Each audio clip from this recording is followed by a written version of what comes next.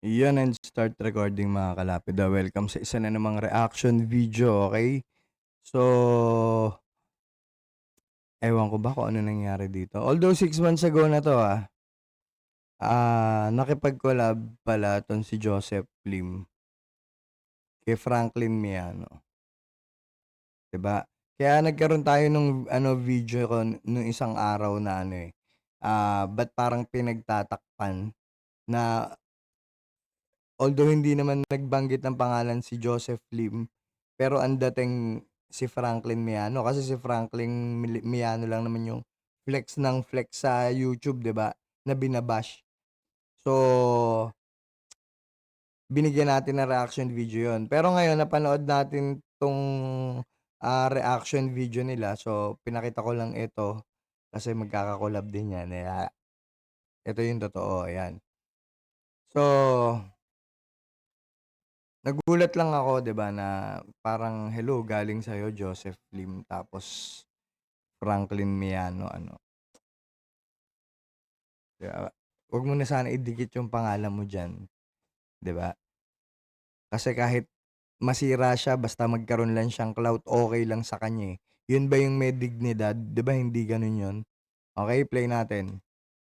Nangarap sa sarili ko na pagka-graduate ko na magtatrabaho ako. Actually, high school pa lang ayaw ko na mag-aral ng college. O bakit mo tinuloy? Walang baon eh. Paano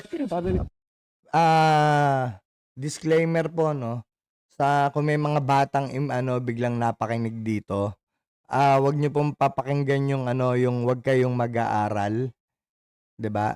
Kasi unang-una, lalo na kung pinag-aaral kayo ng mga magulang niyo, 'wag niyo pong gagayahin yung mga sinasabi nila na kahit sabihin mong mayayaman at, successful sila sa sinasabi nilang buhay ngayon, eh, hindi na rin kayo mag-aaral, ha? Hindi gano'n yung buhay, okey? Okey pa rin, mas okey pa rin yung may natapos ka at mas okey pa rin yung may diploma ka. Kahit sabihin mong hindi yan yung nagamit mo nung naka-graduate ka, iba pa rin yung may degree ka. Tuloy. Ayaw ko na mag-aral ng college kasi sabi ko pagka-graduate ko, ako naman mag-manage ng negosyo natin. Alaanin ko yung pag-aaral. Oh, pagka-graduate mo ikaw pa rin yung magma-manage ng ng negosyo niyo. Anong puwede mong pag-aaralan? 'Di business management, 'di ba? Business ad, 'di ba? Ang daming school diyan, may PSBA, may ano 'yun, NCBA, may mga school talaga na pang business ad, 'di ba? So, dapat mo bang pag-aralan yung pagdating sa negosyo? Oo naman. Hindi naman porket may negosyo ka na, putang-ina alam mo na kaagad dahil tinuro lang sa'yo nung magulang mo, hindi gano'n 'yun. Kailangan mo pa rin mag-aral, 'di ba? Sabi ni Papa, o di sige, huwag ka na mag-aral kung ayaw mo. Tapos, teka lang Papa, may baon pa rin po ba ako pag hindi na ako nag-aral? Sabi niya, syempre hindi ka na pumapasok eh. Sige, mag-aaral na lang. dahil sa pera nag-aaral So, 'wag niyo pong gagayahin 'yan mga kabataan, na dahil gusto lang magkabaon, pumapasok pero nag-i-school bukol, 'di ba?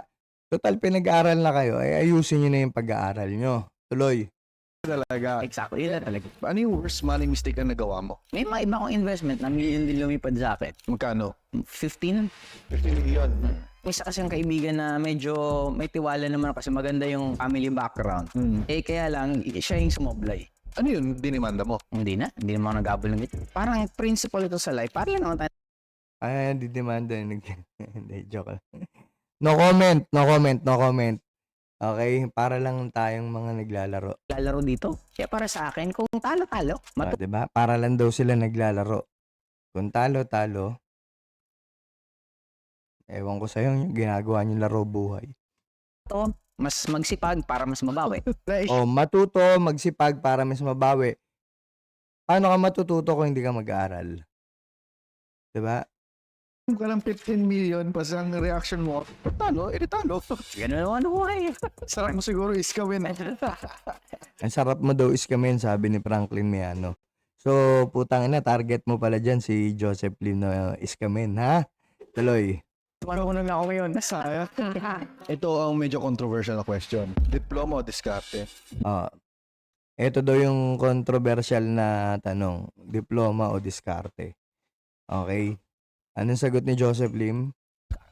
Ang bilis ang sagot mo Diskarte. dun ha. Dali lang naman ang sagutin yan. Bakit Madali lang daw yung sagot, ha? Bakit? diskarte? Ang dami may diploma na wala narating sa buhay. Madaming may diploma na walang narating sa buhay. At mas marami ding walang diploma na wala rin naman din narating sa buhay. 'Di ba? Pero iba pa rin yung may pinanghahawakan kang diploma kasi mas may advantage ka pagka mag-a-apply ka pa rin ng trabaho kung ikaw ay nakatapos.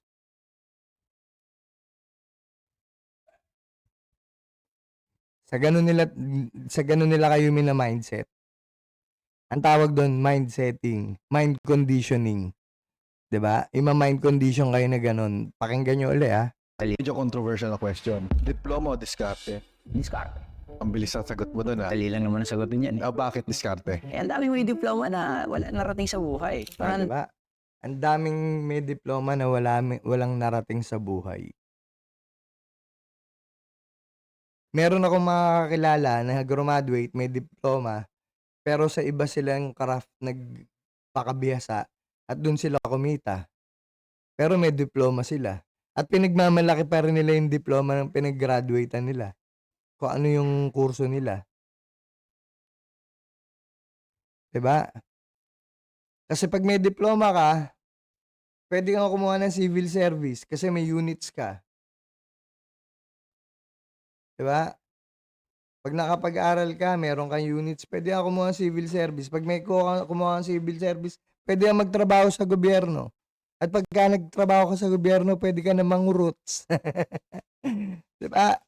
Tangina, wag po kayong magpapaniwala sa mga ganyang mindset ng mga tao na yan. daming walang diploma na madiskarte. Oo. Ang daming Maraming may diploma na madiskarte. Ilan kayo? Ilang percent sa nagne-network ang kumikita? Kung halimbawa sa 100%, ilang percent ang kumita? Ilang percent yung sinasabi mong walang diploma? Gaano kadami? Kaya nyo bang bigay yung specific na figure? Kung gaano kadami yung sinasabi nyo successful na walang diploma na marami narating sa buhay versus dun sa mga taong ginaya kayo na walang diploma na sumunod sa inyo na hindi nila narating yung narating nyo. Sinong mas marami? Ba't hindi nyo bigay yung figures nung ganon at yung figures kung ilan kayong mga ganyan lang? narating sa buhay. Kaya sabi ko nga, dapat may Kaya nga, di ba, para kayong mga tanga na Diyos na sinasamba ng mga downline nyo na apply, tagapalakpak lang yung mga tao sa inyo. Kasi tinanganin nyo eh. din yung mga taong bumagsak na nakagraduate eh. Kasi mas mahirap pinagdaanan nila eh. Yung Oh, mga pakinggan nyo to ha. tao na madiskarte, ang daming narating sa buhay. Kaya sabi ko nga, dapat may award din yung mga taong bumagsak na nakagraduate eh. May award din daw dapat yung mga taong bumagsak na nakagraduate. Mga bumagsak ha, may award din daw dapat na nakagraduate kasi mas Mahirap pinagdaanan. mahirap pinagdaanan nila. Putang ina, yung mga graduate pa hindi mahirap pinagdaanan nun. Yung mga kumuha ba ng mga bar exam at saka yung mga exam na yan, hindi ba mahirap pinagdaanan yan? Anong katangahan yan, Joseph Lim? Para sabihin mo na yung mga nagka-diploma na yan, hindi mahirap ang pinagdaanan yan. Bago ka makagraduate, ang hirap ng pagdadaanan mo. Lalo na kung mga ka na, graduating ka na. Oh, pagka-graduate mo, halimbawa mag-aabogado ka, kukuha ka pa ng bar exam. Pagka-graduate mo, magdo-doktor ka, dediretso mo na medicine. Anong hindi mahirap doon? Ha? Lahat ng mga tao na yun, nagkaroon niya ng anxiety, nagkaroon niya ng depression na sakit, na nalabanan lang nila. Isang patunay dyan, yung testimonya ni Doc Willie Ong, nung nag-aaral pa siya kung anong depression ang dumapo sa kanya dahil sa hirap ng pinagdaanan niya, makagraduate lang ng pagiging doktor. Ungas! Tangina. Matalino, madali lang naman pinagdaanan niya. Laging Mga matalino daw, madali lang pinagdaanan. Ang sarap pakinggan. Parang yung ginawa nyo. Kayo, pinapalakpakan lang. Ang tingin ng tao, ang dali lang din ang ginawa nyo. Pero gaano din kahirap yung pinagdaanan nyo, mga ungas. On the spot, milyonaryo kayo? Ang ina. Ang lakas yung manggago ng tao. Grabe. Yung bumagsak, tapos pinaglaban mo pa rin at nakagraduate ka pa rin. Dapat may award din yun. Hmm. Pakinggan nyo putang inang katangahan na naman yan. Bumagsak, tapos pinaglaban mo pa rin. Oh. Pinagdaanan niya, laging pinapalakpak. Oh. Ano, Ito, grabe. Yung bumagsak, Yung tapos bumagsak, pinaglaban mo pa rin. pinaglaban mo pa rin at nakagraduate ka pa rin. Dapat may award din. Dapat may award yun. Malamang putang ina nakagraduate yun. Pinagpatuloy Putang ina. Hindi na bibigyan ng tamang recognition. Hindi daw nabibigyan ng tamang recognition. Bumagsak. Bumangon ulit. Graduate. Anong tawag doon? Hindi na pinagdaanan na mahirap. Tanga. Napakatanga. Putang ina. Joseph Lim yan Yan ba yung gusto nyo pakinggan ng mga tao? Ito na lang mga kalapit Putang ina kung makikinig kayo dito sa mga pukin ng ina. Walang diploma. Tanga! Stop recording!